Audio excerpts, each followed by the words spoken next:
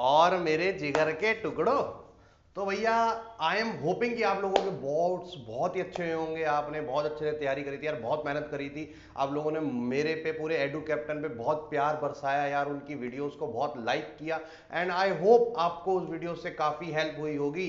तो भैया आपने कैसे सोच लिया कि अगर हमने आपकी बोर्ड में इतनी तैयारी अच्छी करवा दी है तो CUET या फिर और अदर एंट्रेंस एग्जाम्स में हम आपको अकेला छोड़ देंगे? ऐसा तो कतई नहीं हो सकता मेरी जान। तो भैया लेकर आ चुका हूं आज की वीडियो में मैं अकाउंटेंसी के कुछ ऐसे क्वेश्चन जिनके CUET एग्जाम में अकाउंट्स के डोमेन में आने के अच्छे खासे चांस हैं। तो भैया पहले की वीडियोस की तरह आज की वीडियोस पे भी आपने पूरा पूरा पूरा प्यार बरसाना है जैसे आपने पहले किया है। लेकिन स्टार्ट करने से पहले एक बहुत इंपॉर्टेंट चीज बता चुका हूं कि भाई एडू कैप्टन जो है एक एवेंजर्स बैच लेकर आपके एंट्रेंस एग्जाम्स की तैयारी अच्छी करवाने के लिए, आपके एंट्रेंस एग्जाम्स की तैयारी को बचाने के लिए एडू कैप्टन के एवेंजर्स आ चुके हैं मेरी जान। अब इस एवेंजर्स बैच में क्या है मेरे भाई, इंडिया में सबसे पहले मनी बैक गारंटी हम देते हैं। आप क्लासेस ज्वाइन करो, पैसा दो, फीस दो, अगर पसंद नहीं आए तो पूरा पैसा आपको वापस मिलेगा भैया विदाउट एनी डिले। तो भैया ये तो मेरे हिसाब से कोई भी प्रोवाइड नहीं कराता। बाकी जगह जाओगे, पैसे दोगे, पसंद नहीं आया भैया जबरदस्ती लेना पड़ेगा। यहाँ पर आपको ऑप्शन मिल रहा है भैया, लो नहीं लो छोड़ सकते हो, कोई दिक्कत नहीं है। लेकिन ये मेरे हिसाब से बहुत एक अच्छा ऑप्शन है, क्योंकि कई बार होता है बच्चों को ट्रायल तो बहुत ही अच्छा दिया जाता है लेकिन बाद में आके ना वो टीचर कम होते जाते हैं। तो ये मेरे हिसाब से आज की डेट में हर किसी को अडॉप्ट करना चाहिए, मनी बैक का गारंटी हर किसी को देना चाहिए। लेकिन कोई करे ना करे, एडू कैप्टन आपके लिए जरूर सोचता है। तो जितने भी आपके क्रैश कोर्सेज हैं उन सब की तैयारी करवाते हैं, जितने भी सॉरी आपके एंट्रेंस एग्जाम है उन सब की क्रैश कोर्स करवाते हैं। भले ही वो आपका CUET हो, IP मैट हो, NPAT हो, उसके अलावा सेंट जेवियर हो, क्राइस्ट हो, कोई भी हो मेरी जान, सारे करवाते हैं। और अच्छी सर्विसेज के कारण, भैया ऐसे नहीं बोलता, हमारा रिजल्ट बोल रहा है, अच्छी सर्विसेज के कारण हमने बहुत अच्छे रिजल्ट निकाले हैं। CUET IR1 ये, और उसके अलावा शहीद सुखदेव में 30+ बच्चे, SRCC 30+ बच्चे, ठीक है। तो ये रैंक्स मेरे भाई अच्छी सर्विसेज और बच्चों की मेहनत से, जब ये दोनों का कॉम्बिनेशन लगता है तभी आती है, सिर्फ एक से काम नहीं चलता। और सर्विसेज में क्या क्या है, live and video recorded lectures हैं, एग्जाम स्पेसिफिक, यार देखो बोल के भी मैं क्या ही बोलूंगा आपको, आप खुद ही चेक कर सकते हो, क्योंकि मनी बैक गारंटी ऑफर चल रहा है यार। जल्दी से सब्सक्राइब करो, चेक कर लो कि ये सर्विसेज जो हम दावा दे रहे हैं वो दे भी रहे हैं कि नहीं दे रहे हैं, और अच्छी लगे तो ले लो, नहीं तो भैया पैसा वापस, क्या दिक्कत है। चलो तो हम स्टार्ट करते हैं हमारे क्वेश्चन से, ध्यान से समझिएगा, बहुत इंपॉर्टेंट है। MCQ क्वेश्चन है पूरे के पूरे 50 क्वेश्चन, ध्यान से देखिएगा। जैसे कि क्वेश्चन नंबर 1 वो आपको बोलता है इन अ पार्टनरशिप फॉर्म, बहुत ही बेसिक क्वेश्चन से स्टार्ट करता है हमेशा वो, what are some of the following features, partnership के कौन से फीचर हैं।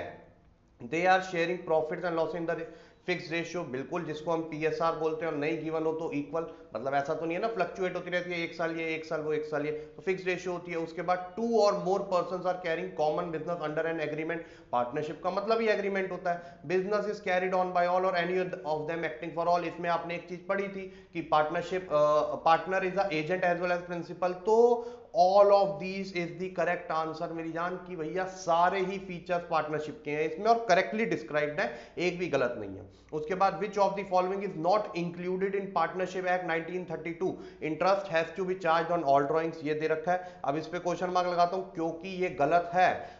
जो अगर आपने पढ़ा होगा क्लास 11th में, provisions of Indian partnership act क्या बोलते हैं कि भैया अगर कुछ नहीं मेंशन तो ड्राइंग्स पे इंटरेस्ट नहीं लिया जाएगा, ये तो बोल रहा है हर पे लिया जाएगा, तो पार्टनरशिप एक्ट में ऐसा कुछ भी नहीं लिखा है। उसके बाद all of the loans given out will have fixed interest rate, ये दे रखा है। No interest can be earn on money that is invested, ये भी दे रखा है। इन बिजनेस प्रॉफिट और loss are to be split evenly, ये भी दे रखा है। तो बाकी की तीनों चीजें यार present in partnership deed, partnership act, लेकिन दी ऑप्शन नंबर 1 जैसे कि ड्राइंग्स पे इंटरेस्ट चार्ज करना, ये नहीं दे रखा। तो मेक श्योर अच्छे से ऑप्शंस पढ़ ले, ये नहीं कि पहला पढ़ते ही मतलब बाकी सब, मतलब कई बार ऐसा होता है कि हम कर देते हैं ये गलती की, एक ऑप्शन पढ़ा हमने और हमें लगा यार यही बेस्ट है, अगले पढ़े ही, कई बार अगले उससे ज्यादा अच्छे निकल जाते हैं। अब जैसे पहले ही क्वेश्चन में मैं देख लूं, मैं पहले पढ़ता they are sharing profit and loss in the fixed ratio, हाँ ये ठीक होता, अगर मैं ऑप्शन नंबर 1 कर देता बाकी के 3 पढ़ता ही ना, तो मुझे कैसे पता चलता ऑल ऑफ दीज भी है। तो ये गलती नहीं करनी है भैया आपने। चलो moving on to the third question, what is an active partner. हाँ भैया अब ये आपने 12th में नहीं पढ़ा हो सकता, ये 11th में पढ़ा था, 11th में बिजनेस स्टडीज में पढ़ा था, लेकिन ये पार्टनरशिप से रिलेटेड है, मतलब अकाउंट से रिलेटेड है। तो भैया ये देख रहे हो पूरी अच्छी तैयारी करनी पड़ती है, सिर्फ 12th का आप सोच रहे हो इतना पढ़ा बोर्ड्स में यार काफी है, ऐसा नहीं चल सकता। तो the invested person who is involve in the daily operations of the partnership, ये ठीक लग रही है, लेकिन आगे भी पढ़ते हैं, person who provide some of the capital for the business but who does not make an active part in managing the business, ये भी ठीक लग रही है, सॉरी ठीक नहीं लग रही है, डज नॉट टेक पार्ट है ये। उसके बाद a person who holds himself out as a partner और permits a partner to hold him out, ना बिल्कुल भी नहीं। उसके बाद person who gives an impression estoppel partner by holding out, ये नहीं है, ये एक्टिव पार्टनर का एक ही है जो कि हो गया आपका ऑप्शन नंबर 1 विच इज जो एक्टिवली पार्ट लेता है डेली ऑपरेशंस में बिजनेस के। Moving on to question number 4, what is a minor partner. Minor partner हम किसे बोलते हैं, अब ध्यान से देखिएगा, माइनर पार्टनर हम किसे बोलते हैं, an invested person who is involved in, ये तो एक्टिव पार्टनर अभी हमने देखा। A person who provide some of the capital of business but does not take active part in managing the business, ये तो स्लीपिंग पार्टनर होता है। A partner who gets into the agreement to share only profits of the partnership and not the losses, तो ये तो मतलब minor को हम ऑब्वियसली एज अ पार्टनर बनाते हैं फॉर द प्रॉफिट्स, बट वो माइनर की डेफिनेशन नहीं है, वो तो उसका एक फीचर है, ठीक है। What is minor, a partner who is under the age of 18, जो भी 18 साल से कम होगा वो आपका माइनर कहलाएगा। ये तो मतलब इजी पीजी क्वेश्चन है भैया, इजी पीजी। चलो अब आते हैं प्रैक्टिकल, अब धीरे धीरे धीरे धीरे धीरे देख रहे हो अब कैसे कैसे प्रगति कर रहा है वो हमारे साथ, थोड़ा सा प्रोग्रेस कर रहा है वगैरह, बच्चे कंफर्टेबल हो चुके हैं अब क्वेश्चन का आंसर करने में। अब मैं एक बॉम्ब फेंक दूंगा बीच में, तो उसने जल्दी से प्रैक्टिकल क्वेश्चन फेंक दिया, और ये क्वेश्चन है आपका, Naresh, Sunita and Usha are partners in a firm at the time of division of profit for the year, there was a dispute between the partner. वो डिस्प्यूट क्या था, profit before interest and capital was 6000 and Sunita demanded determined interest 20, sorry demanded नहीं है, determined है, मतलब decide हो रखा है 24% per annum on the loan of 80 lakh, there was no agreement on this point. अच्छा ये डिटरमिन्ड नहीं होगा, ये होगा डिमांडेड, ठीक है। ये इस सेंस में यूज किया गया कि सुनीता जिद पे अड़ गई है कि भैया मुझे तो 24% चाहिए पर annum on her loan of 80,000, जो उसने 80,000 का लोन दिया है, लेकिन ऐसा कोई एग्रीमेंट था ही नहीं। तो प्रोविजंस क्या बोलते हैं इंडियन पार्टनरशिप एक्ट के, कि जब ऐसा कोई प्रोविजन ना हो तो कितना दिया जाएगा, बिल्कुल 6% पर एनम के हिसाब से दिया जाएगा, ठीक है जी। और कोई एग्रीमेंट था नहीं, तो इसका मतलब हम 6% पर एनम देंगे। Calculate the amount payable to Naresh, Sunita and Usha, तो 8 6 48, तो अगर हम 4800 इंटरेस्ट दे भी दें, 6000 माइनस 4800, क्योंकि वो चार्ज होता है, देना ही देना है, तो हमारे पास बच जाएगा 1200 रुपए। अब उनकी मेरे को पीएसआर भी कहीं नहीं दिख रही है, ठीक है, कहीं दिख रही है आपको पीएसआर? नहीं जी सर, कहीं नहीं दिख रही है हमें पीएसआर। तो इसका मतलब क्या हो जाएगा, इसका मतलब है हम तीनों को इक्वली डिवाइड कर देंगे, जो कि आ जाएगा 400 400 400। तो भैया नरेश को 400 मिले, सुनीता को 400 प्लस वो 4800 मिल रहे हैं, ठीक है, क्योंकि उसने प्रॉफिट नहीं लिखा हुआ यहाँ पर। ये भी चीजें देखने वाली होती है, कई बच्चे क्या करेंगे, इसको नन ऑफ दीज लिख देंगे। अरे मेरी जान, नन ऑफ दीज थोड़ा ना, उसने तो अमाउंट लिखा है, प्रॉफिट थोड़ा ना लिखा है। तो अपना नरेश को मिल रहे हैं 400, सुनीता को मिल रहे हैं हमारे 400 प्लस 48 52 एंड उषा को 400, तो option number 1 is the correct answer. देख रहे हो वो कैसे खेल रहा है आपके साथ, ये सारी स्ट्रेटेजीज मैंने आपको बोर्ड में ही बताई थी और बोला था उस वक्त कि भैया सीयूईटी में ना ये खेलता है इन चीजों के साथ, तो मेक श्योर आप उसको खेलने मत दो भैया, वो शेर तो आप सवा शेर निकलने चाहिए। चलो moving on to question number 6, rent paid to partners can not be recorded in which of the following account in partnership firm. Salary account में जाएगा वो ना, सैलरी का क्या लेना देना, डेप्रीसिएशन में जाएगा क्या वो, डेप्रीसिएशन का क्या लेना देना, प्रॉफिट एंड लॉस अकाउंट में जाएगा क्या, एंड एक्सपेंसेस अकाउंट में जाएगा। तो करेक्ट आंसर इसमें, sorry, rent paid to partner can not be recorded in which of the following accounts in partnership firm. तो कैन नॉट बी रिकॉर्डेड है, तो इसके तो मतलब ये गलत हो गया मेरे हिसाब से, क्वेश्चन ही गलत हो गया। देख रहे हो क्वेश्चन भी कई बार गलत आ जाता है, कैन बी रिकॉर्डेड होना चाहिए, क्या होना चाहिए, can be recorded. Salary account में कुछ लेना देना नहीं, डेप्रिसिएशन में कुछ लेना देना नहीं है, और एक्सपेंसेस अकाउंट में कुछ लेना देना नहीं, तो ये जाता है प्रॉफिट एंड लॉस अकाउंट में जाता है रेंट पेड टू पार्टनर। क्यों, rent paid to partner is a charge against profit, तो इसलिए हमेशा कहां जाएगा, प्रॉफिट एंड लॉस अकाउंट में, ये आपको पता होना चाहिए, ठीक है जी। तो रेंट पेड टू पार्टनर कहां जाएगा, can not be recorded in which of the following account. एक बारी मैं कंफर्म कर दूं भैया क्वेश्चन ये है कि नहीं है, rent paid to partner can not be recorded in which of the following account, बिल्कुल ठीक है, in partnership deed and rent paid to partner, ठीक है, profit and loss account in partnership firm. तो rent paid to partner actually में PNL में जाता है, ये तो क्वेश्चन ही गलत हो गया, ठीक है जी। तो थोड़ा सा ध्यान से समझिएगा, ये क्वेश्चन कई बार क्वेश्चन भी गलत आ जाते हैं, उसमें आपको पूरे नंबर है, फिर वो कंडीशन नहीं, भले ही आपने गलत आंसर या सही आंसर किया, तो ये थोड़ा सा ध्यान रखना है। उसके बाद what can be the measure of balance sheet in terms of keeping a record for financial statement, क्या मेजर होता है बैलेंस शीट में अगर आपको फाइनेंशियल स्टेटमेंट्स का रिकॉर्ड रखना है। एसेट्स जाते हैं, शेयर होल्डर इक्विटी, लाइबिलिटीज जाते हैं, एक्सपेंसेस तो नहीं जाते, तो सेकंड ऑप्शन गलत। Decrease as well increase in cash along, वो तो कैश फ्लो स्टेटमेंट होता है, ये प्रॉफिटेबिलिटी स्टेटमेंट होता है, तो करेक्ट आंसर हो गया ऑप्शन नंबर 1। मतलब देखो भैया कितना ईजी है, मतलब लेकिन ईजी भी तभी है जब आपकी बेसिक नॉलेज अच्छी है। ये बेसिक नॉलेज कवर करना बहुत जरूरी है भैया, क्योंकि बेसिक नॉलेज फिर गलत होगी ना तो फिर खराब हो जाएगा। ये सारा 11th 12th और 12th की नॉलेज नहीं है, 11th की भी बेसिक नॉलेज में आएंगे क्वेश्चन ये। और when current ratio is 2:1, if there is equal increase in current asset and current liability, that would result in, चलो हम क्या करते हैं, आपके सामने ना एग्जांपल ले लेते हैं। इन क्वेश्चंस को बेस्ट होता है एग्जांपल से सॉल्व करना, जिसका मैथमेटिक्स स्टेज है वो तो कर लेगा भैया कि इजीली बता देगा कि सर ये तो डिक्रीज इन करंट रेशियो इसका आंसर हो सकता है। लेकिन जिनका नहीं है तो हम क्या करेंगे, हम 2:1 का मतलब है हम ले लेते हैं इसको 20,000 अपॉन 10,000, मतलब करंट एसेट को एज्यूम कर रहे हैं 20,000 और करंट लायबिलिटी को 10,000, तो आ जाएगा 20,000 अपॉन 10,000। ठीक है, तो अब मैं क्या कर रहा हूं, मैं इसको इंक्रीज कर देता हूं। सपोज करो दोनों को मैं कितने से इंक्रीज करूं, 10-10 से कर देते हैं चलो, क्योंकि उसने बोला इक्वल इंक्रीज बोला उसने।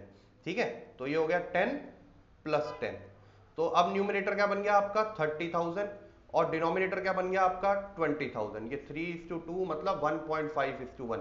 डिक्रीज आया कि नहीं आया भैया, आ गया सर, क्यों नहीं आया।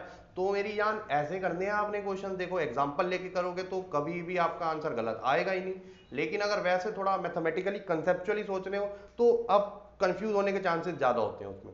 Which of one of the following statement is not true, इसने पूछा कौन सी स्टेटमेंट ट्रू नहीं है। Conversion of debentures into preference shares will decrease debt equity ratio, तो डेट इक्विटी रेशियो का फॉर्मूला क्या होता है, डेट अपॉन इक्विटी, और जब आप डिवेंचर्स को प्रेफरेंस शेयर्स में कन्वर्ट करते हो तो यहां पर आपके डिवेंचर्स जो है वो गिर जाएंगे, मतलब डेट कम हो जाएगा, and conversion of debentures into preference shares, ठीक है, और इक्विटी बढ़ जाएगा, तो रेशियो तो ओवरऑल डिक्रीज ही होगी। ठीक है, तो इसने तो बोला नॉट ट्रू है, चलो आगे चलते हैं। Long term liabilities due for payment within a year should be treated as current liability, ये भी ट्रू है भैया। High operating ratio indicates higher profits, and अगला है cost of sales is better numerator than sales while calculating stock turnover ratio. ठीक है, तो D part भी ठीक है, गलत सिर्फ एक ही है, high operating ratio. Operating ratio का फॉर्मूला क्या होता है, operating cost upon net sales into 100। अब ऑपरेटिंग कॉस्ट अगर ज्यादा आ रही है तो प्रॉफिट तो कम होगा ना, इसने तो हायर लिख दिया। और डी पार्ट सही क्यों है, क्योंकि ऑब्वियसली कॉस्ट ज्यादा बेटर होता है, क्योंकि कॉस्ट हमें पता है, और जो सेलिंग प्राइस होता है, सेल्स प्राइस होता है स्टॉक का, वो बेसिकली हमें वो करना पड़ता है, एस्टिमेट लगाना पड़ता है उसका, तो कॉस्ट हमेशा ज्यादा। आप इन्वेंट्री टर्नओवर रेशियो है, क्या फॉर्मूला था, सीओजीएस अपॉन एवरेज इन्वेंट्री, बिल्कुल ठीक। चलो moving on to next question, what is the ideal liquid ratio, मतलब ये तो मतलब ये कोई क्वेश्चन ही नहीं बनता, सीधा है 1:1। लेकिन अगेन देखो बेसिक कंसेप्ट के ऊपर ज्यादा आ रहा है, प्रैक्टिकल अभी तक कम देखे हमने। The dash is the useful in evaluating credit and collection policy, कौन सा होता है भैया, कलेक्शन के लिए कौन सा होगा, एवरेज कलेक्शन पीरियड। सिंपल सी बात है, ये कैसे निकलता था आपको याद होगा, 12 अपॉन डेटर टर्नओवर रेशियो, ठीक है जी, या फिर ट्रेड रिसीवेबल टर्नओवर रेशियो, और अगर डेज में है तो 365/366 upon trade receivable turnover ratio. उससे हमें पता चल जाता था कि ऑन एवरेज हम कितने टाइम में अपनी पेमेंट जो है डेटर से कलेक्ट कर लेते हैं। उसके बाद आता है ABC company extends credit terms of 45 days to its customers, ठीक है। Its credit collection would be considered poor if its average collection period was. अब ये देखो आपके सामने सारी गेम है, ये इसमें अकाउंटिंग की भी नॉलेज की जरूरत नहीं है। उसने बोला वैसे वो 45 डेज का पीरियड एक्सटेंड करती है किसी को क्रेडिट पे सामान देने के लिए अपने कस्टमर को। अब वो पुअर कब कहलाएगा, ऑब्वियस सी बात है, पुअर कब कहलाएगा, जब इससे ज्यादा टाइम लगा देती है वो कलेक्ट करने में। तो 30 तो कम है, 36 भी कम है, 40 भी कम है, मतलब पीरियड 45 का दिया, पेमेंट पहले आ रही है इन तीनों में, तो वो पुअर कैसे हो सकता है। 57 मतलब 45 देकर 57 डेज में जाकर कलेक्ट करती है पैसा, तो ऑब्वियसली ये पुअर हो गया। तो आपका ऑप्शन हो गया option number D, option number 4। Moving on, the information available from the analysis serves which of the following sections? Stock exchange को हेल्प करता है, बिल्कुल करता है भैया। पोटेंशियल इन्वेस्टर्स को सबसे ज्यादा करता है जी, इकोनॉमिस्ट एंड रिसर्चर्स को, ये सारे यूजर्स टू अकाउंटिंग इंफॉर्मेशन आपने पढ़े होंगे, ठीक है, एनालिसिस वाले चैप्टर में। तो इसका आंसर हो गया option number 4, all of these. Moving on, when analysis is made on the basis of published statements, reports and information, it is known as, जब published statement, reports या फिर information, it is known as external analysis, बाहर की है। अगर internally चीजों से करते हो तब ये पब्लिश स्टेटमेंट्स हैं, वो एक्सटर्नल हो चुकी हैं, इंटरनली आप उनके मैनेजमेंट बंदे हो, इन सबसे पूछते हो। तो इसका आंसर हो गया आपका एक्सटर्नल एनालिसिस, ठीक है। अगले क्वेश्चन पे आता है, the real object of analysis of financial statement is, real objective क्या होता है? The real object to assess total expense of the firm, to measure the financial statement of the business, to assess the total liabilities of the firm and to know about the historical cost concept। तो as such कोई historical cost concept के बारे में तो कुछ करता नहीं है, ठीक है। टोटल एक्सपेंस तो सीधा सीधा पता चलेंगे, तो उसके लिए क्या ही एनालिसिस करेगा। फाइनेंशियल स्टेटमेंट को मेजर करने के लिए भी एक ऑब्जेक्टिव हो सकता है, लेकिन मेन ऑब्जेक्टिव होता है लाइबिलिटी, क्योंकि सारी गेम आ जाती है लाइबिलिटीज पे। किस पे आ जाती है सारी गेम? लाइबिलिटीज पे। कितनी पेमेंट करनी है, कौन से वाले सिक्योर्ड है, कौन से अनसिक्योर्ड है, क्योंकि अगर बिजनेस कल को लिक्विडिटी में जाता है तो सबसे पहली चीज उसकी लाइबिलिटी देखी जाती है। कल को अगर किसी बंदे ने पैसा इन्वेस्ट करना है, एनालिसिस करता है वो फाइनेंशियल स्टेटमेंट्स की, तो वो मेन सबसे पहले लाइबिलिटीज देखता है, कंपनी किस उधार पे, कितने उधार पे चल रही है। तभी आज की डेट में आप देखोगे काफी सारी कंपनीज जो है ना वो ऑप्ट कर रही है डेट फ्री के लिए, जैसे रिलायंस, और इन सबका ऑब्जेक्टिव क्या होने वाला है? मतलब ऑब्जेक्टिव है थोड़े टाइम में हो जाएंगी डेट फ्री कंपनी, मतलब एक भी पैसे का बाहर का उधार नहीं ले रखा, सारा ओनर्स फंड है। Moving on, what will be the effect of hall rent received. अब ये आपका चैप्टर आ गया एनपीओ, जो आपने 12th में नहीं पढ़ा होगा, तो इसकी पढ़ाई करना बहुत जरूरी है, ठीक है। तो hall rent receive for previous and current year in receipts and payments account, ठीक है। अब इसका मतलब क्या होगा? आपको एक हॉल रेंट मिला और ये रिसिप्ट एंड पेमेंट अकाउंट में किस साइड पे जाएगा? देखो, receipt and payment account is like cash book only, जो आप क्लास 11th में बना के आ रहे हो। इसका मतलब है डेबिट कब होता है? जब कैश आता है, और क्रेडिट कब होगा? जब ये कैश जाएगा, जैसे आपने इन उसमें करा अपना कैश बुक में या कैश अकाउंट में करते थे। तो ऑब्वियस सी बात है, आपको हॉल रेंट मिल रहा है। What will be the effect of hall rent received for previous and current year in receipts and payment account? तो ऑब्वियस सी बात है, किस में जाएगा जी? डेबिट साइड में, क्योंकि मैंने क्या बोला? कैश आ रहा है, कैश आ रहा मतलब डेबिट, कैश बुक है ना। What will be the effect of interest on investment in receipt and payment account? आपको अगेन इंटरेस्ट मिल रहा है, तो ये भी देखो कितना इजी पीजी है, सीधा ही debit side of receipt and payment, क्योंकि कैश अकाउंट है भैया, कुछ भी नहीं है और तो। उसके बाद eight the time of admission of partner, what will be the effect of following information? Balance in workman compensation reserve is 40,000 and claim for workman compensation is 45,000। तो इस पर्टिकुलर सिचुएशन में क्या होगा? हमें पार्टनर्स कैपिटल का बताना है कि सॉरी, पार्टनर्स कैपिटल का नहीं, एडमिशन ऑफ अ पार्टनर है, और बताना क्या इफेक्ट होगा। तो ये हमने अच्छे से पढ़ा हुआ है कि जब भी वर्कमैन कंपनसेशन जो है, सॉरी, रिजर्व कम पड़ जाता है वर्कमैन कंपनसेशन क्लेम से, तो हम 40,000 तो रिजर्व से ले लेंगे, ठीक है, वर्कमैन कंपनसेशन। बाकी का 5,000 कहां से लेंगे? ये लेंगे हम रीवैल्यूएशन अकाउंट से। किससे लेंगे भैया? रीवैल्यूएशन अकाउंट से। तो क्या ऑप्शन आपको दिख रहा है यहाँ पर? 5,000 डेबिटेड इन रीवैल्यूएशन अकाउंट। तो आई होप आपको ये सारी चीजें समझ में आ रही होंगी। अब आप बोलोगे सर कंसेप्ट भी करा दो, तो मेरी जान, यहाँ तो हम क्वेश्चंस करने बैठे हैं, कंसेप्ट्स के लिए आपको कोर्स सब्सक्राइब करना पड़ेगा। What will be the amount of gross profit of a firm if its average inventory is 80,000 and inventory turnover ratio 16, selling price 25% above cost? कुछ भी नहीं है, बहुत ईजी है, आ जाओ। हाँ, तो हमें आईटीआर दे रखा है, इन्वेंटरी टर्नओवर रेशियो, जिसका फॉर्मूला होता है सीओजीएस अपॉन एवरेज इन्वेंटरी, ठीक है। अब एवरेज इन्वेंटरी टर्नओवर रेशियो दे दी 6 टाइम्स, एवरेज इन्वेंटरी दे दी 80,000, ठीक है भैया। तो सीओजीएस कितना आ गया हमारा? सीओजीएस आ गया 80 इंटू 6, 4,80,000। अब हमें ये भी दे रखा सेलिंग प्राइस जो है 25% अबव कॉस्ट है, ठीक है। तो इसका मतलब हो गया सेलिंग सेल्स या फिर is equal to COGS plus gross profit, और जो ग्रॉस प्रॉफिट उसने क्या बोला है वो 25% है सीओजीएस का ऑन कॉस्ट, अबव कॉस्ट। तो 4,80,000 का 25% मतलब 1/4 जब हम कर देंगे तो ये कितना आ जाएगा आपका भैया? 1,20,000।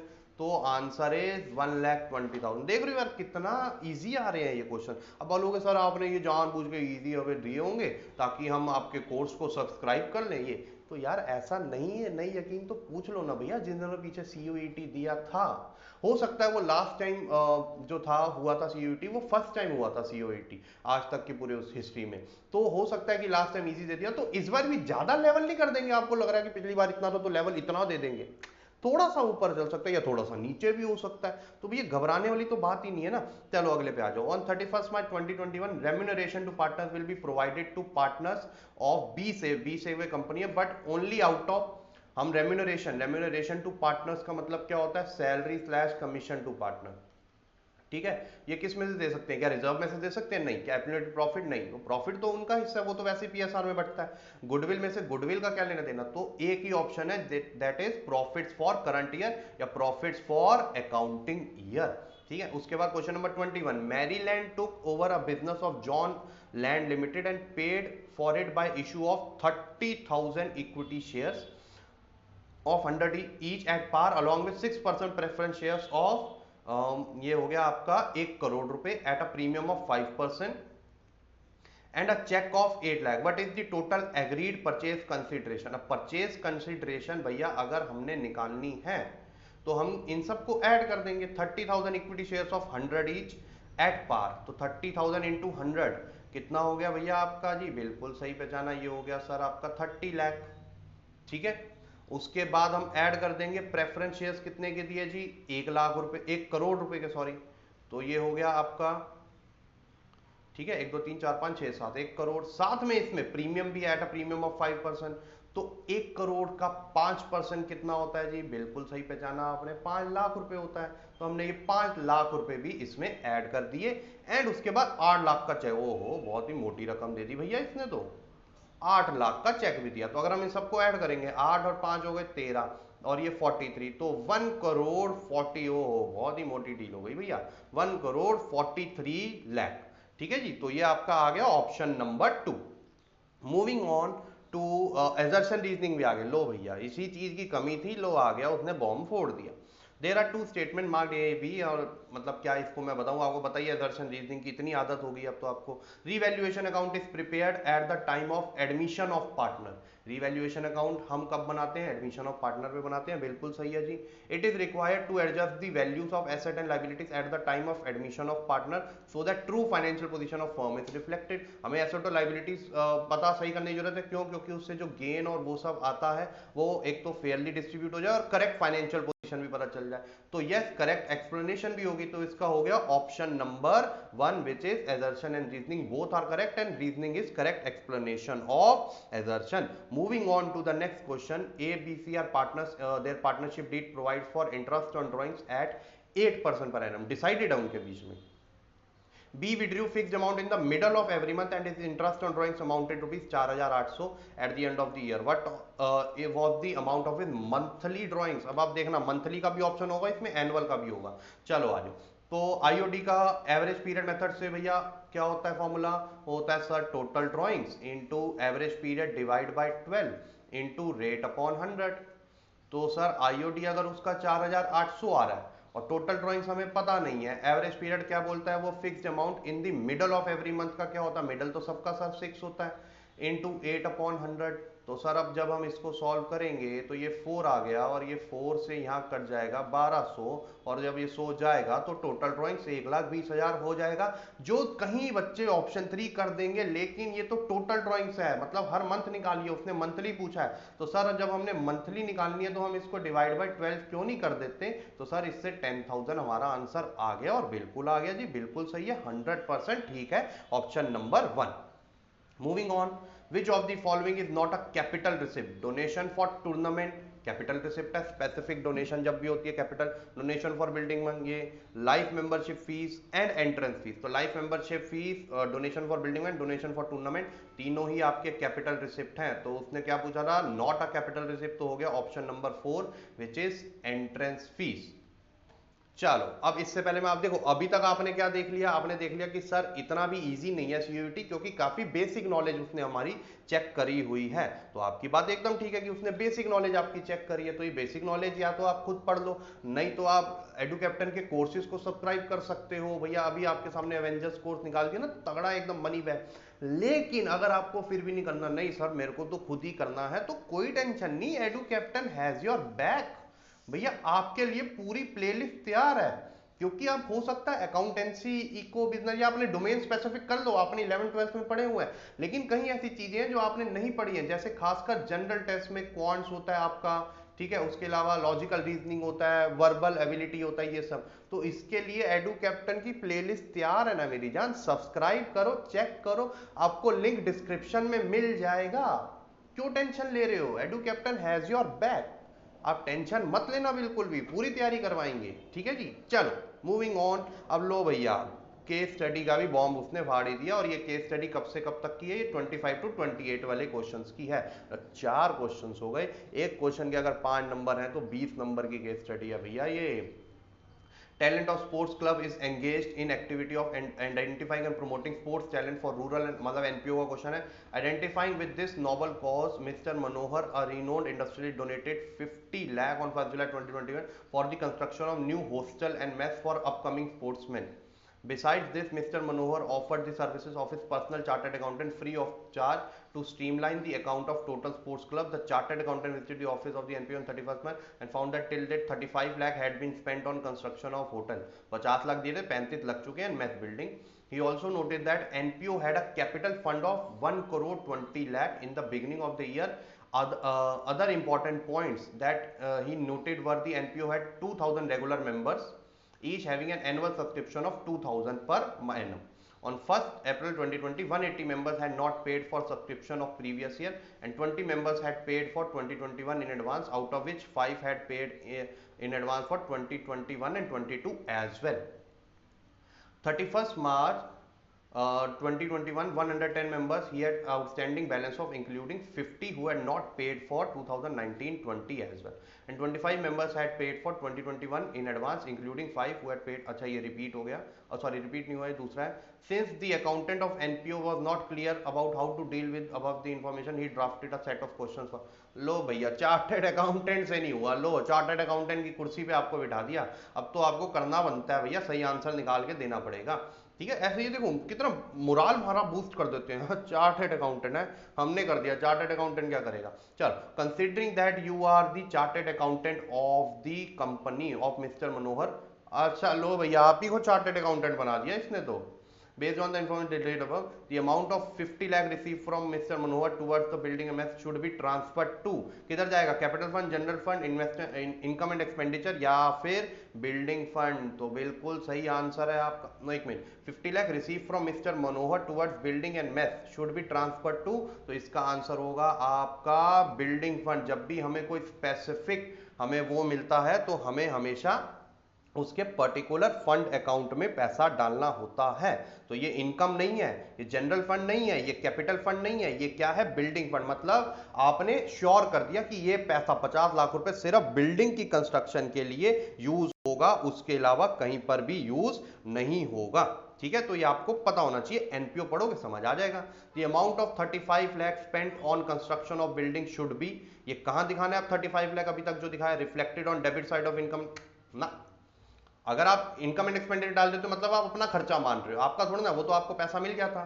Reflect on the asset side of balance sheet ना, reflected as deduction from building fund addition to capital fund, बिल्कुल ठीक है, तो इसका आंसर हो गया ये। एंड उसके बाद आपका not to be recorded till the building is complete, तो ये बात भी ठीक है जी, जब तक बिल्डिंग कंप्लीट नहीं होगी तो हम कैसे दिखा देंगे। तो इसका आंसर हो गया आपका बोथ 2 and 3, क्योंकि ये देखो आपका एसेट साइड पे तो जा रहा है, क्योंकि जितनी बिल्डिंग बनी होगी उतना तो आप दिखाओगे बिल्डिंग इन प्रोग्रेस करके, ठीक है। उसके साथ साथ आप बिल्डिंग फंड से माइनस करते हो और कैपिटल फंड में ऐड करते हो। अब ये जब आप एनपीओ करोगे आपको समझ आ जाएगा ऐसा क्यों और कब होता है।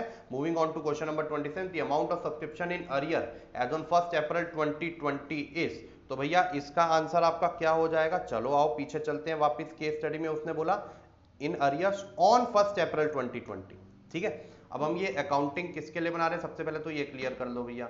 हम बना रहे हैं 1 जुलाई, तो ये हम बना रहे होंगे 2020 से लेकर 21 के लिए, और उसने हमसे क्या मांगा था, 1 अप्रैल, मतलब ओपनिंग उसने मांगा था हमसे कि ओपनिंग आउटस्टैंडिंग कितना है अभी भी सब्सक्रिप्शन। और देखते हैं ओपनिंग में कितना, on 1 March 180 members had not paid for the subscription for previous year and 20 members had paid for 2021 and 2020 and 20। ये देखो यही मिल गया हमें।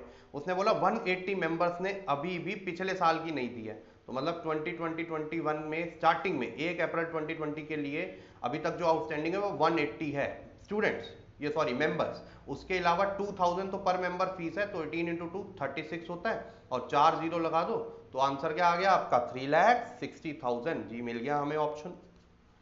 ठीक है, तो 1 अप्रैल को अभी भी आना बाकी। The amount of subscription in arrears on 31 March 2021 is, अब इसका भी निकाल देते हैं भैया, इसका निकालते हैं कितना आउटस्टैंडिंग है ये। अब यहां पर देखो इन अरियर्स ऑन है, ये एक होता है ऑन और एक होता है फॉर, तो इन दोनों में फर्क होता है भैया। तो एक बारी ध्यान से पढ़ लेना क्वेश्चन में मांग क्या रहा, तभी ऑन और फॉर में आपको डिस्टिंग्विश पता चलेगा। ये बिना एनपीओ चैप्टर करे आपके नहीं पल्ले पड़ेगा। तो अब निकालो भाई कितने बच्चों की नहीं आई है, तो 180 तो भैया स्टार्टिंग में ही थे। उसके बाद उसने क्या बोला, 110 members he had not paid for, 20 members had paid for 2020 and 2021 in advance. हम एडवांस वाला थोड़ा ना देख रहे हैं, हम तो वो वाला देख रहे हैं। 110 मेंबर्स, ये लास्ट डेट हो गई इसकी, 110 members had outstanding balance including 50 who had not paid for 1920 as well and 25 members who had paid for 2021 and 2022 in advance। तो उसने बोल दिया कि लास्ट डेट पे 110 अभी भी पेंडिंग है, तो 110 इंटू 2000, ये 31 मार्च का उसने बोल दिया ना।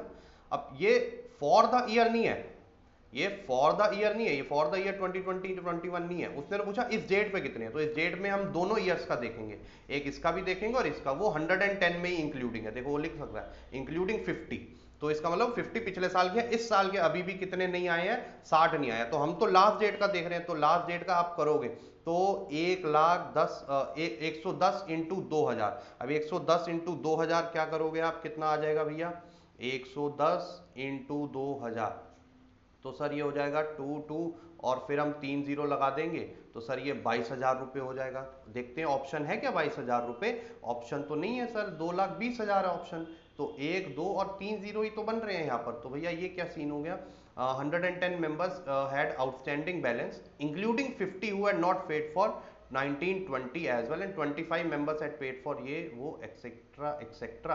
तो वो कह रहा है जब कि 110 में ही वो 50 इंक्लूड है। चलो एक बारी हम ये देखते हैं कि 50 अलग से अगर हम जोड़ें, ठीक है, तो 50 इंटू 2000 करके देखें एक बारी हम, तो 50 इंटू 2 2 5 10 और उसके बाद 4 जीरो, तो 1 लाख ये हो गया, 1,22,000 अब बन गया हमारा।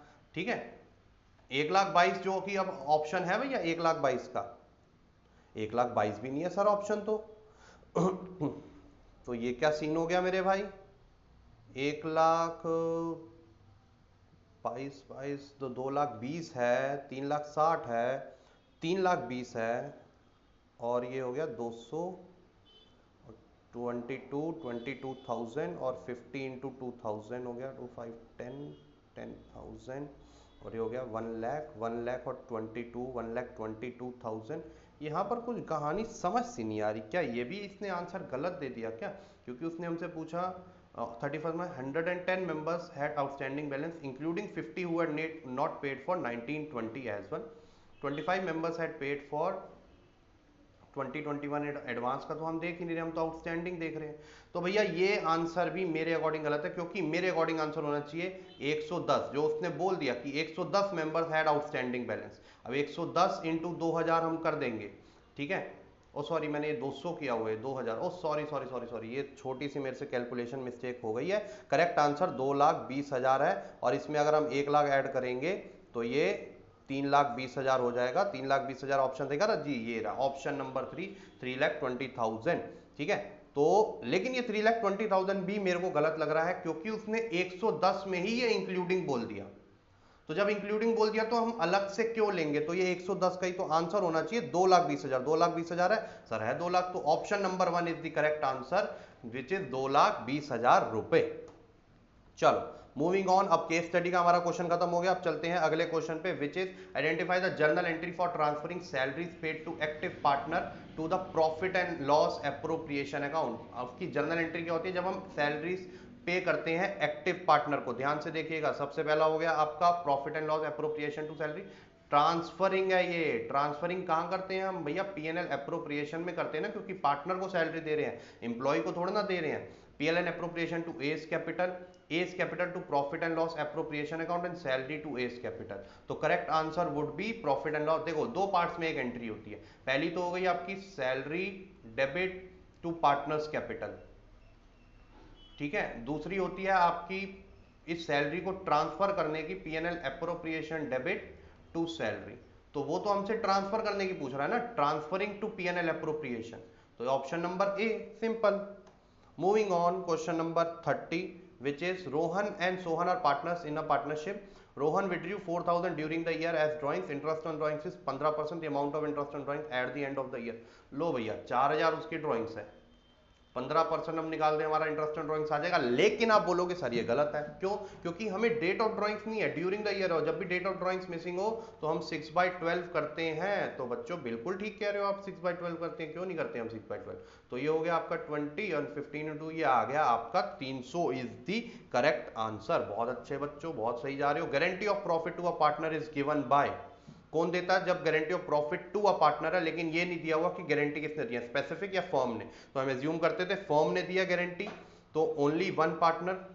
अच्छा यहाँ पर और भी कुछ नहीं लिखा, तो वन पार्टनर भी हो सकता है, किसी स्पेसिफिक पार्टनर ने दी हो, कोई दो पार्टनर्स ने मिलकर दी हो, सभी पार्टनर मतलब फर्म ने गारंटी दी हो, और ऑल ऑफ दी। तो guarantee can be in any way, वो गारंटी के केसेस पूछ रहा है आपसे। तो केसेस तो ऑल ऑफ दीस हो गया ना, वो तो कुछ भी हो सकता है आपका। चलो moving on to question number 32, there are अब अगेन असर्शन रीजनिंग, पीछा नहीं छोड़ेंगे भैया ये हमारा। The development of business depends upon the active partners only. क्या ये करेक्ट है?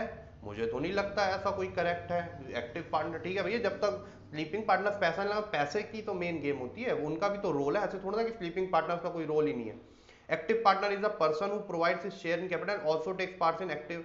हाँ तो ये बात तो ठीक है, reasoning is true but assertion is not. तो option number 4 is your correct answer. Moving on, फिर आ गया एजर्शन रीजनिंग भैया। There are two statement, assertion क्या? Profit and loss shows the correct profit earned by the firm ना, again. उसके बाद the net profit is adjusted after taking into account the interest on capital, interest on drawings, salaries and commission paid to partner in the profit and loss appropriation account। हाँ बिल्कुल ठीक है, बिल्कुल ठीक है भैया, ये तो 100% ठीक है।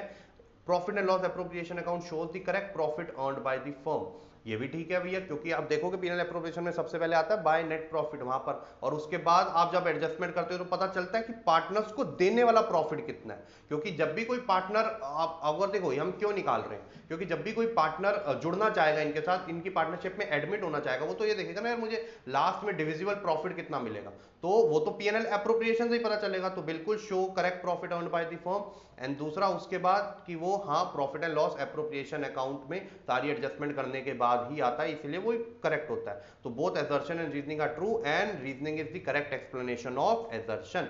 Moving on to the next question. At the time of change in PSR, it is important to determine the dash and dash of partners। जब चेंज इन पीएसआर हो रहा है तो सैक्रिफाइसिंग और गेनिंग पता लगाना बड़ा जरूरी है, ताकि हम कंपनसेशन एंट्री, एडजस्टमेंट एंट्री कर सकें। गेनिंग टू सैक्रिफाइस, अगर प्रॉफिट का केस है, लॉस का केस है तो सैक्रिफाइस टू गेन, तो वो आपको सबको पता ही है, अभी आपने पढ़ा ही है, ठीक है। Moving on to Ramesh and Sunil are partners in a firm, they decided to change their ratio as 2:1 on the date. पहले नहीं देते, पहले इक्वल थी, अब 2:1 हो गई। General reserve appeared in the books as 30,000 general reserve आ रहा था। What amount of reserve will be transferred to Sunil's capital. अब जब हमें कुछ भी नहीं दिया तो हम क्या करते हैं, रिजर्व को डिस्ट्रीब्यूट करते हैं। तो कौन सी रेशियो में करते हैं सर? ओल्ड रेशियो में करते हैं। सर अभी तो पढ़ के आए हैं, ये तो गलत करेंगे ही नहीं बिल्कुल भी, तो बिल्कुल गलत नहीं करना आपको। 30,000 को इक्वली बांटोगे तो रमेश को 15 मिल जाएगा, सुनील को 15 मिल जाएगा, करेक्ट आंसर। लो भैया ये कोई क्वेश्चन है यार, बताओ। Moving on, again assertion reasoning, restructuring of firm leads to change in profit sharing ratio। अब बिल्कुल ठीक है सर, होता है, रिकॉन्स्टिट्यूशन से पीएसआर चेंज हो जाती है ना, अगर भले ही चेंज इन पीएसआर और एडमिशन और रिटायरमेंट और डेथ हो, कुछ भी हो, पीएसआर तो चेंज होती है। A change in profit sharing ratio among the existing partner results in gain of additional share in future profits of for some partner, while a loss of a partner there of for other partners, loss of partner there of for other partners. तो reasoning देखो assertion आपका ठीक है, इसमें कोई दोहराए नहीं है, ठीक है। Reconstruction of partner leads to change in profit, बिल्कुल होता है। A change in profit sharing ratio among the existing partners results in a gain of additional share in future profit for some partner while a loss for other partners। हाँ जी बिल्कुल ठीक है, ये बात भी ठीक है सर, क्यों इसमें गलत क्या है, कुछ भी गलत नहीं, मैंने कब बोला गलत है। लेकिन क्या ये आपको करेक्ट एक्सप्लेनेशन लग रही है किसी भी एंगल से?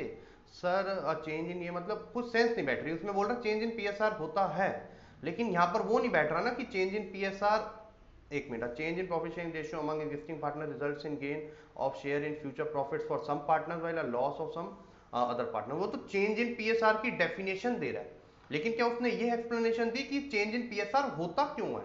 वो ये बोल सकता था कि एडमिशन होता है तो वो सेक्रीफाइस वो गेन करता है और बाकी सारे सेक्रीफाइस करते हैं, रिटायरमेंट होता है तो बाकी सारे जो है वो गेन करते हैं और रिटायरिंग पार्टनर सेक्रीफाइस करता है। ये तो चेंज इन पीएसआर की डेफिनेशन टाइप दे दी उसने, ठीक है।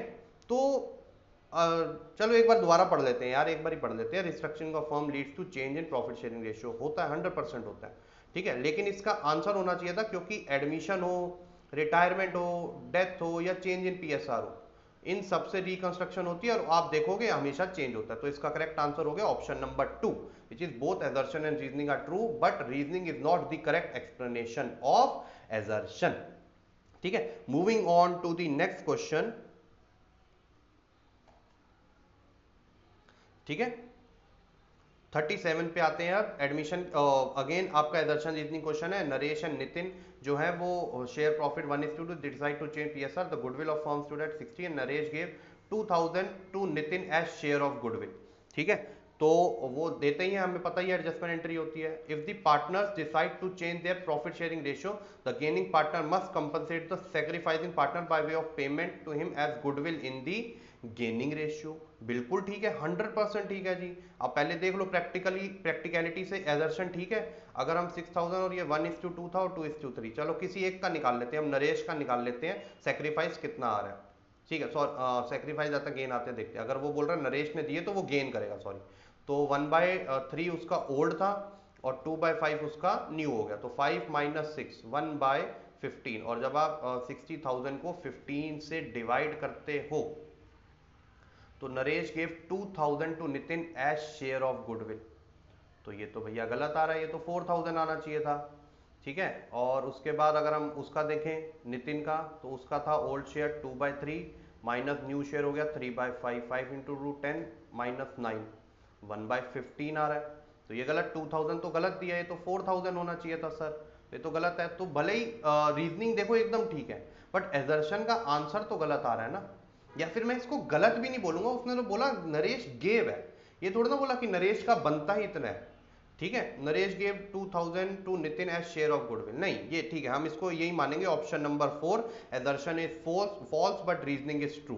क्योंकि अगर हम चेंज इन पीएसआर हुआ है 2:3 हुआ है, तो गुडविल 60,000 पे थी, वैल्यूड गुडविल, तो अगर हमने उसका निकाला शेयर तो वो 1/15, एक का गेन आ रहा है, दूसरे का सेक्रीफाइस 1/15 आ रहा है, तो नरेश को उसको 4000 देना चाहिए थे, 60,000 अपॉन 15। तो हाँ बिल्कुल ये गलत है, assertion is false and reasoning is true. Reasoning correct explanation भी है, बट वो अमाउंट ही गलत दे रखी है हमें। चलो moving on, the ratio which is computed to determine the sacrifice of old partners made in favor of new partner which is admitted into partnership, the ratio which is computed to determine the sacrifice of old partner, old partners का sacrifice कौन सी ratio में पता चलता है, sacrificing ratio, ये कोई question था भैया। Z is admitted in a firm for 1/4 share in profit for which he belongs 10,000 towards premium for goodwill, वो 10,000 रुपए प्रीमियम फॉर गुडविल लेकर आता है। It will be taken by old partners in, कौन सी रेशियो में लेकर जाते हैं सर, बिल्कुल ठीक है, ये भी सैक्रिफाइसिंग रेशियो में लेकर जाते हैं, ठीक है। Moving on, which of the following is not readjusted at the time of admission of new partner, कौन सा इसमें से रीएडजस्ट नहीं होता? कैपिटल अकाउंट होता था सर, बिल्कुल होता था। प्रॉफिट शेयरिंग रेशियो चेंज होती रही, बिल्कुल होती। क्या प्रॉफिट एंड लॉस अकाउंट पे कोई फर्क पड़ता था? नहीं सर, इस पे फर्क नहीं पड़ता था, तो option number 3 is your correct answer. 41st पे आ जाओ, चलो। ABC are partner, C expired on 18 December 2019 and as per the agreement surviving partners A and B directed the accountant to prepare financial statement as on 18 December 2019, अब साल के बीच में मर रहा है, and accordingly the share of profit of C deceased partner was calculated, 12 lakh रुपए उसका शेयर आ गया था। Which account will be debited to transfer C share of profit. तो हम नॉर्मली कौन सा अकाउंट डेबिट करते हैं? बिल्कुल सही, profit and loss suspense account हम करते हैं, क्योंकि यहाँ पर हमें ये नहीं दिया हुआ कि जो रिमेनिंग पार्टनर्स हैं ए और बी उनके बीच में रेशियो चेंज हुई होती तो हम एडजस्टमेंट एंट्री करते, तो ए और बी देते फिर हम। उसके बाद unrecorded liability when paid on dissolution of a firm is transferred to, कौन से अकाउंट में ट्रांसफर होती है अगर अनरिकॉर्डेड लाइबिलिटी पेमेंट है? तो भैया लाइबिलिटी की पेमेंट में तो सीधा एंट्री हो जाती थी realization debit to bank account, तो पार्टनर्स कैपिटल का कोई लेना देना नहीं, लाइबिलिटी का कुछ नहीं। तो करेक्ट आंसर हो गया sir option number 1 which is realization account. बिल्कुल ठीक बात है बच्चों, अगले पे आ जाओ। Dash indicate the percentage of each sales rupee remaining after the firm has paid for its good. तो पेड फॉर इट्स गुड्स मतलब सीओजीएस की बात कर रहा है और यहाँ पर सेल्स की बात कर रहा है, तो सेल्स माइनस सीओजीएस क्या आता है? Gross profit. तो आंसर क्या हो गया? Gross profit margin. देख रहे हो भैया कितना इजी है, यही है, मतलब थोड़ी सी मेहनत कर लो तो हो जाना आपका बेड़ा पार। Simran and Aditya are partners in a partnership firm in the absence of any written agreement. Simran devotes more time to the firm as compare to Aditya. So Simran will receive what percentage of commission in addition to the profit in firm's profit? सिमरन और आदित्य दो थे और partnership deed में कुछ भी नहीं था उनके बारे में। In the absence of any partnership deed Simran devotes more time to the firm as compare to Aditya. वो कह रही मैं ज्यादा टाइम देती हूँ तो मेरे को प्रॉफिट शेयर भी ज्यादा मतलब कमीशन मिलनी चाहिए। क्या पार्टनरशिप डीड में लिखा है? पार्टनरशिप डीड कहती है जब कुछ नहीं मतलब sorry provisions of Indian partnership act कहते हैं जब कुछ नहीं लिखा तो कमीशन क्यों देंगे? तो भैया कमीशन बनती नहीं, तो सर इसका करेक्ट आंसर हो जाएगा option number 4 which is none of these. Partners in firm will get an interest on capital if provided in partnership deed, but only out of which account? ठीक है, partnership deed में दिया IOC तभी मिलेगा, लेकिन कौन से उससे मिलता है? क्या रिजर्व से मिलता है, गुडविल से, एसेट से, या प्रॉफिट से? बिल्कुल सही बात, प्रॉफिट से मिलता है। मतलब क्या है यार भैया, हम तो पूरे 50 क्वेश्चन अटेम्प्ट कर देंगे। The first stage of incorporating a company is, क्या होता था? सबने पढ़ के आयो, सब पढ़ के आयो, विच इज प्रमोशन। पहले प्रोमोटर्स आइडिया वाइडिया निकालते थे, फिर फंडिंग वंडिंग लेते थे एक्सेट्रा, तो प्रमोशन। अ कंपनी फोरफीटेड 4,000, लो भैया फोर फीचर आ गया भैया, जिससे बड़ा डर लगा था जो बोर्ड में हम छोड़ के गए थे। A company forfeited 4,000 shares of 10 each on which application money of 3 has been paid. Out of these 2,000 shares were reissued as fully paid up and 4,000 has been transferred to capital reserve. Calculate the rate at which these shares were reissued. ओहो sir ये क्या कर दिया आपने। चलो आ जाओ। उसने बोला 4,000 ट्रांसफर हो चुके हैं उसके कैपिटल रिजर्व में। अब हमें पता है कि कैपिटल रिजर्व की अमाउंट कैसे आती है? कैपिटल रिजर्व की सर अमाउंट आती है कि अगर उसने बोला 4,000 ट्रांसफर हो चुके हैं, ये 4,000 कितने पे ट्रांसफर हुए हैं?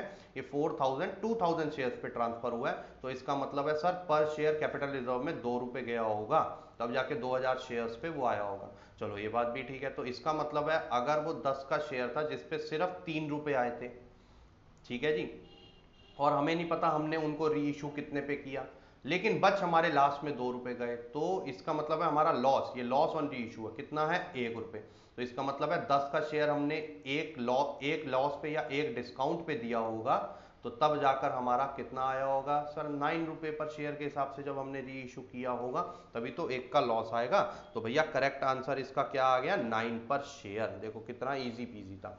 What journal entry will pass when purchase consideration is equal to net assets while purchasing business?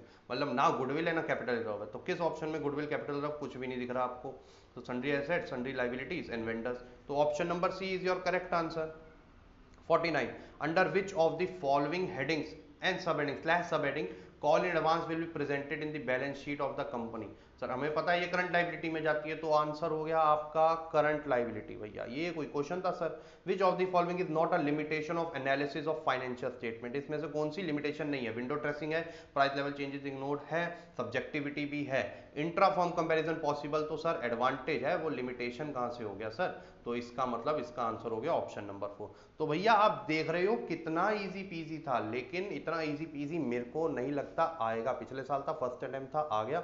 इस साल नहीं कह सकते, कुछ थोड़ा बहुत ऊपर नीचे आएगा, लेकिन आपकी तैयारी का पूरा भरपूर हमने तैयार रखा हुआ है। अगर आपको नोट्स, कोई भी अपडेट्स, कुछ भी चाहिए सीयूईटी या किसी भी एंट्रेंस एग्जाम से रिलेटेड, तो मेरी जान एडू कैप्टन का टेलीग्राम चैनल ज्वाइन करना मत भूलना, आपके लिए बहुत ही ज्यादा हेल्पफुल है। पर्सनली मैं आपको एडवाइस कर रहा हूँ बहुत ही ज्यादा हेल्पफुल है, क्योंकि देखो अपडेट्स भी इससे रिलेटेड आते हैं। नोट्स और ये सब तो छोड़ दो, नोट्स तो आप ऐप डाउनलोड कर लो, आपको फ्री में भी मिल जाएंगे, ठीक है जी। लेकिन टेलीग्राम चैनल पे आपको अपडेट्स भी मिलेंगे कि भैया सीयूईटी में कुछ चेंज आ रहा है, पेपर की डेट चेंज हुई, क्योंकि पिछले साल बड़ा ऐसे दिक्कत हुई थी भैया, बच्चों को डेट चेंज होती रही थी बार बार, किसी का पेपर सेंटर पे जाके कैंसिल हो गया ये वो। तो ये सारे अपडेट्स, ठीक है जी, कहीं जाने की जरूरत नहीं, सिर्फ टेलीग्राम चैनल ज्वाइन कर लो, नोटिफिकेशन ऑन कर लो, ऐसे करके टिंग टिंग टिंग बजेंगे और आपके नोटिफिकेशन सीयूईटी के अपडेट आपको मिल जाएंगे। कोई नए नोट्स चलेंगे आपको मिल जाएंगे, कोई फ्री लेक्चर चलेंगे आपको मिल जाएंगे।